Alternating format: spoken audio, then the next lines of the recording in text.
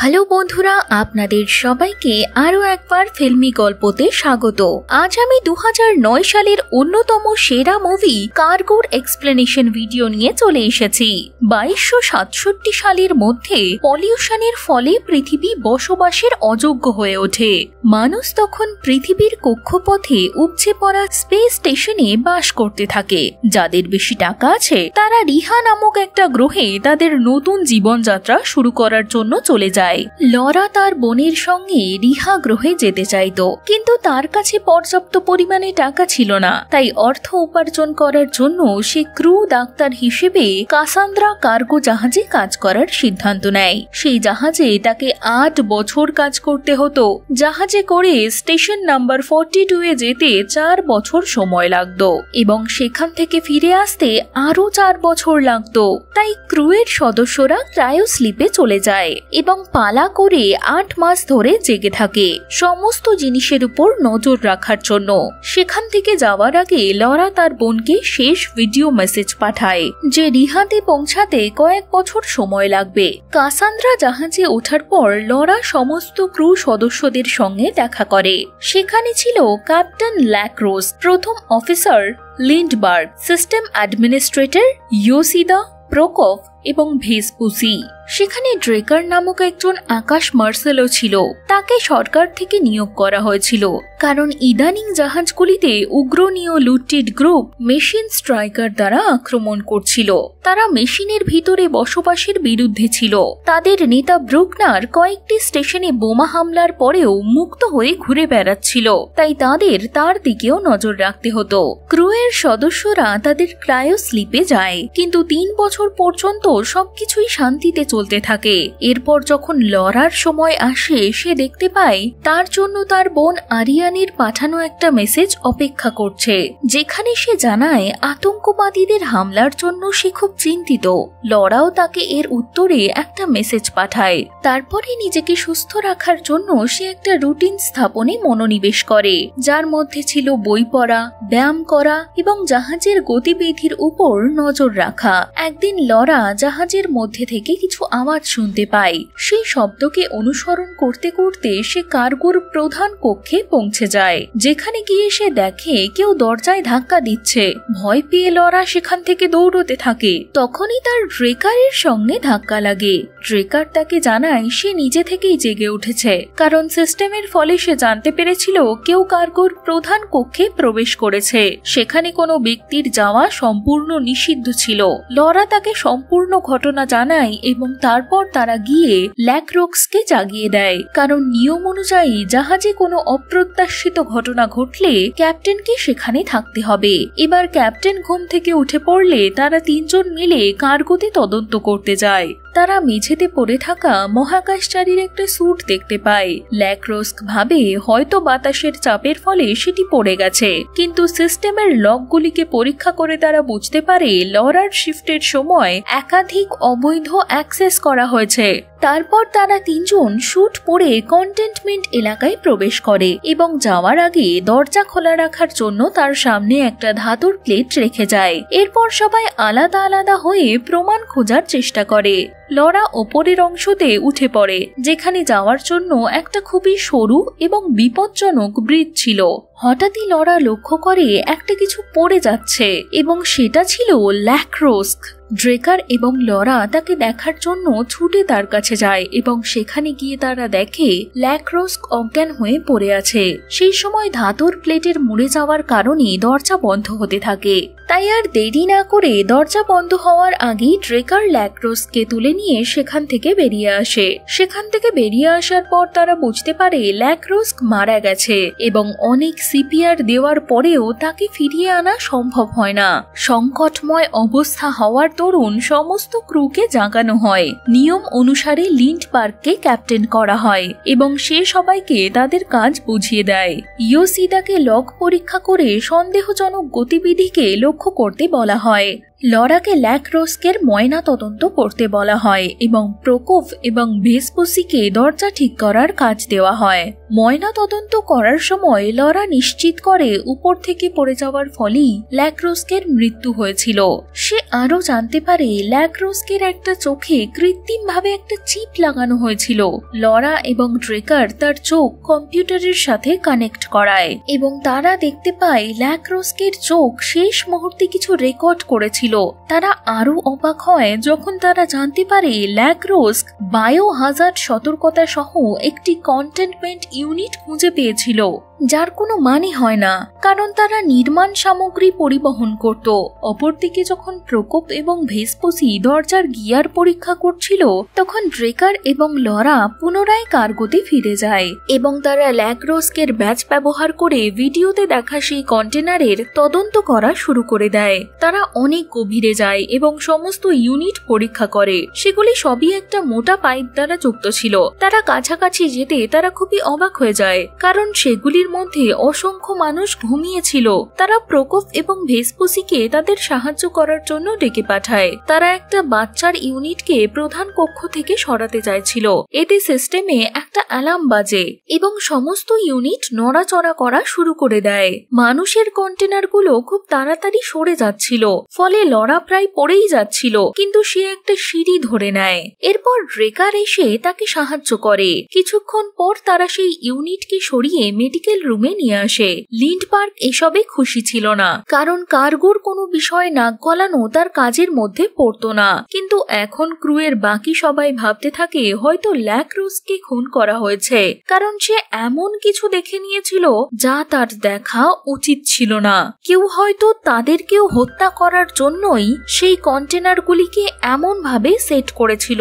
কিন্তু লিন্ডবার্গ জোর দিয়ে বলে এটি কেবলমাত্র ইউনিটগুলিকে ঠিকভাবে রাখার জন্যই করা হয়েছিল এবং তারা যেন বাচ্চাটিকে নিয়ে কার্গোর প্রধান কক্ষে রেখে দিয়ে আসে।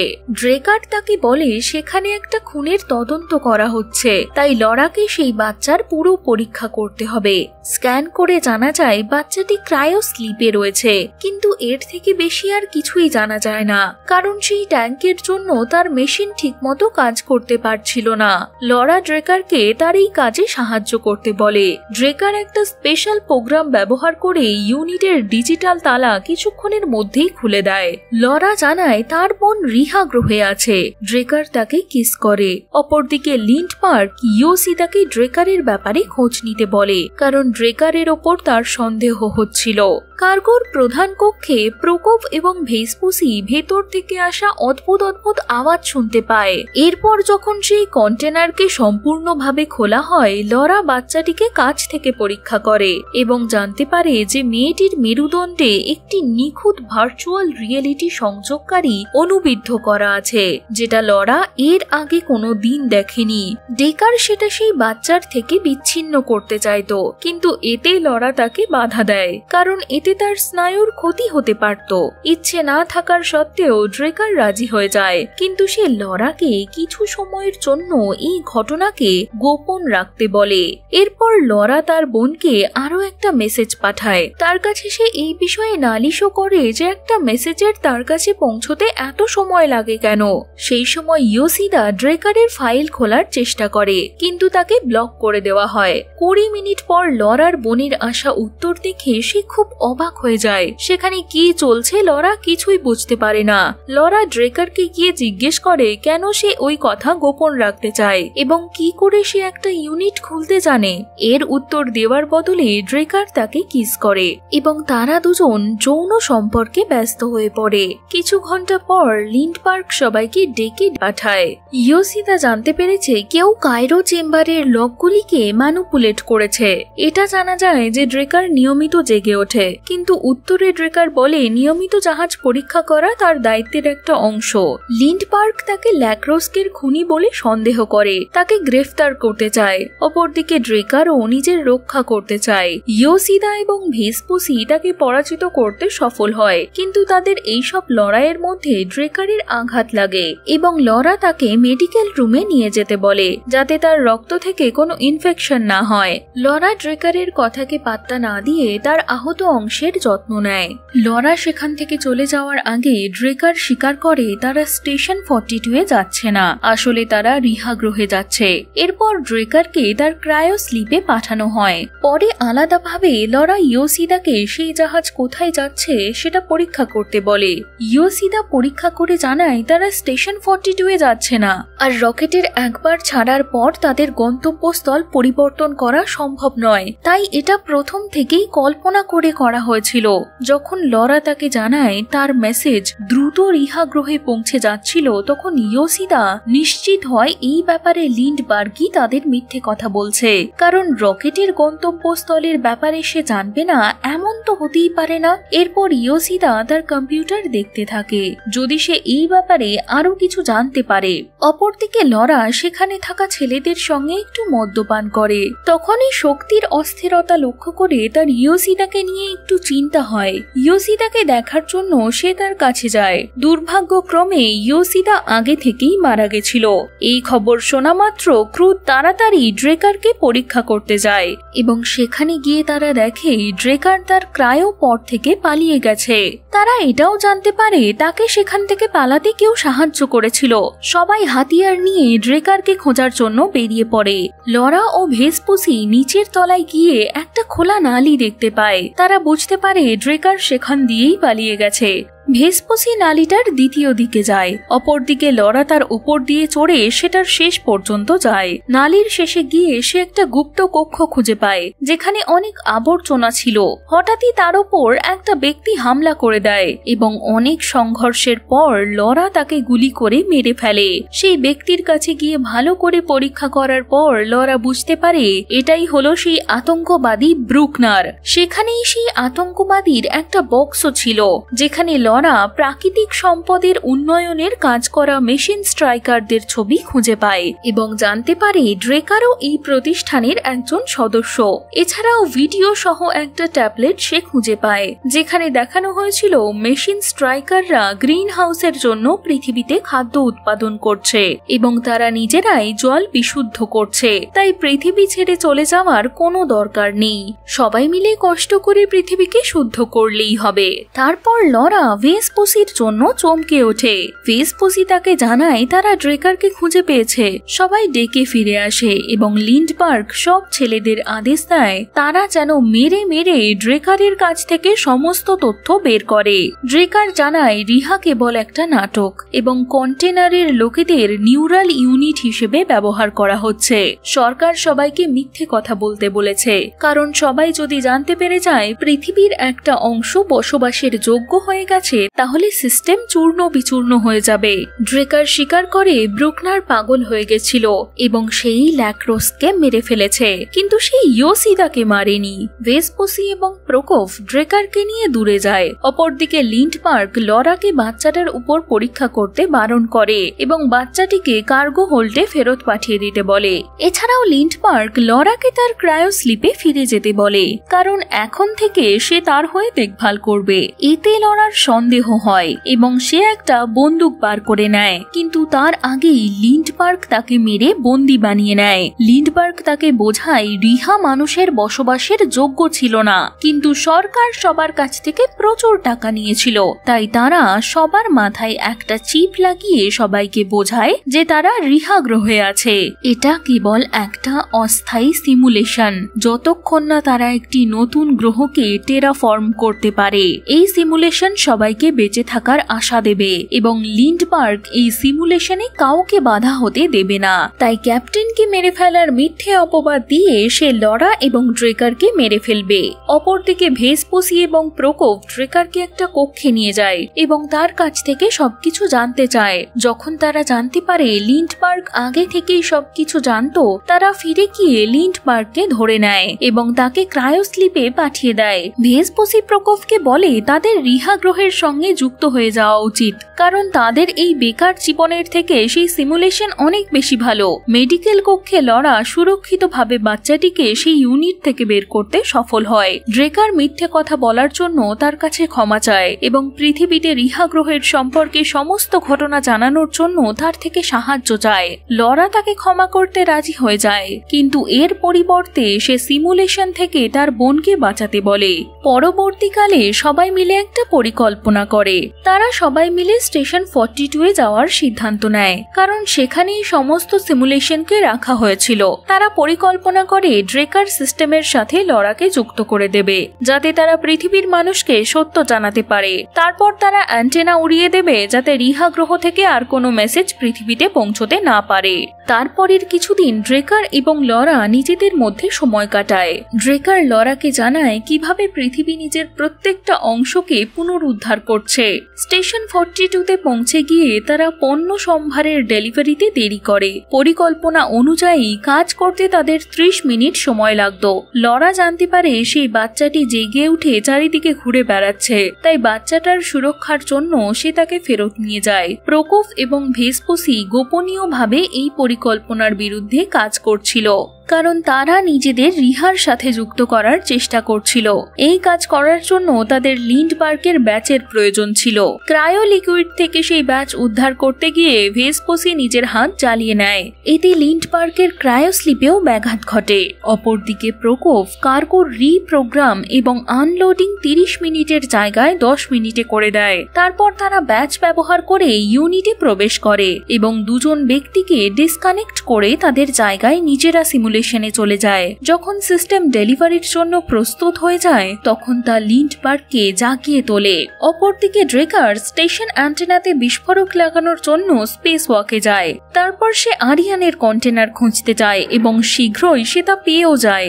লরা তার সঙ্গে যোগ দেওয়ার কথা ভাবে, কিন্তু তার শুট অস্বাভাবিকভাবে কাজ করা বন্ধ করে দেয়। তার দূরে চলে যাওয়ার আগেই ড্রেকার তাকে ধরে নেয়। ড্রেকার লরাকে জানায় তার বোনকে অনেক সময় ধরে সিমুলেশনই রাখা হয়েছে, তাই তার শরীর প্রায় নষ্ট হয়ে গেছে।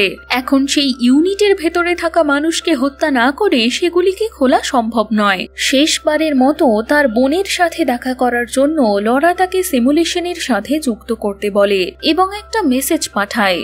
সেই মুহূর্তে জাহাজটি স্বয়ংক্রিয়ভাবে কার্গো সরবরাহ করা শুরু করে দেয়, যার অর্থ জাহাজটির ফিরে যাওয়ার যাত্রা শুরু করার আগে মাত্র কয়েক মিনিট বাকি ছিল।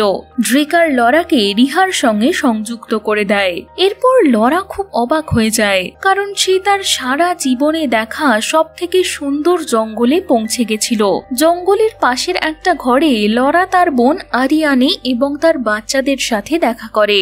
সে তাদের খুশি নষ্ট করতে চাইতো না, তাই কাঁদতে কাঁদতে সে জঙ্গলের মধ্যে ছুটে চলে যায় এবং পৃথিবীর মানুষকে রিহা গ্রহের সত্যতা জানানোর জন্য একটা মেসেজ রেকর্ড করে। সেটা পাঠানোর সঙ্গে সঙ্গেই ড্রেকার তাকে ঘুম থেকে তুলে একটা খারাপ সংবাদ দেয়। ড্রেকার জানায় লরার জেট প্যাকের সেল ইউনিট ভেঙে গিয়েছিল, তাই ড্রেকার নিজেরটা লরাকে দিয়ে দিয়েছিল। অর্থাৎ এখন কেবলমাত্র লরাই জাহাজে ফিরে যেতে পারবে। লরা ড্রেকারকে ছাড়া সেখান থেকে যেতে চাইতো না, কিন্তু ড্রেকার তাকে বলে যে কোনো প্রকারে লরাকে সেই বাচ্চাকে রক্ষা করতে হবে, কারণ সেই বাচ্চাটাই তাদের কাছে থাকা একমাত্র প্রমাণ। হঠাৎই জাহাজের থ্রাস্টারগুলি চালু হয়ে যায় এবং সেটা তাদের দুজনকে স্টেশন থেকে অনেক দূরে সরিয়ে দেয়। এরপর ড্রেকার লরাকে ঠেলে নিজে মহাকাশে দূরের দিকে চলে যায়।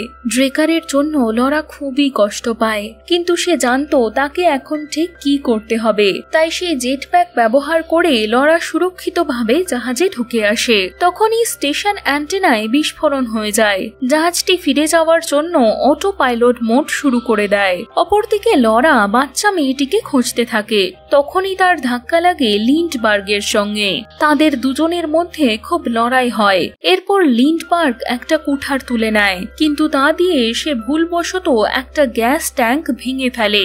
এই সুযোগে লরা তাকে ধাক্কা দিয়ে একটা এয়ারলকের মধ্যে ফেলে দেয় এবং তাকে সেখানেই বন্ধ করে দেয়। এরপর এয়ারলকের এক্সিট খোলে এবং লিন্ডবার্গকে মহাকাশে বের করে দেওয়া হয়। পুনরায় লরা সেই বাচ্চাটিকে খোঁজার চেষ্টা করে এবং তাকে একটা জায়গায় আলোয় বসে খাবার খেতে দেখে। সেখান থেকে ফিরে যাওয়ার জন্য তারা দুজন মিলে একটা নতুন রুটিন ঠিক করে। মুভির শেষ দৃশ্যে পৃথিবীর চারিদিকে থাকা স্টেশনে লরার মেসেজ পৌঁছে যায় এবং সবাই রিহা গ্রহের ব্যাপারে সব সত্যি জানতে পেরে যায়। বন্ধুরা, আশা করি আপনাদের সবার আজকের এই মুভির এক্সপ্লেনেশন ভিডিওটি ভালো লেগেছে। যদি ভিডিওটা ভালো লেগে থাকে মনে আছে তো কি করতে হবে? চ্যানেলটাকে সাবস্ক্রাইব করে দেবেন এবং বেল নোটিফিকেশন অন করতে ভুলবেন না। ধন্যবাদ।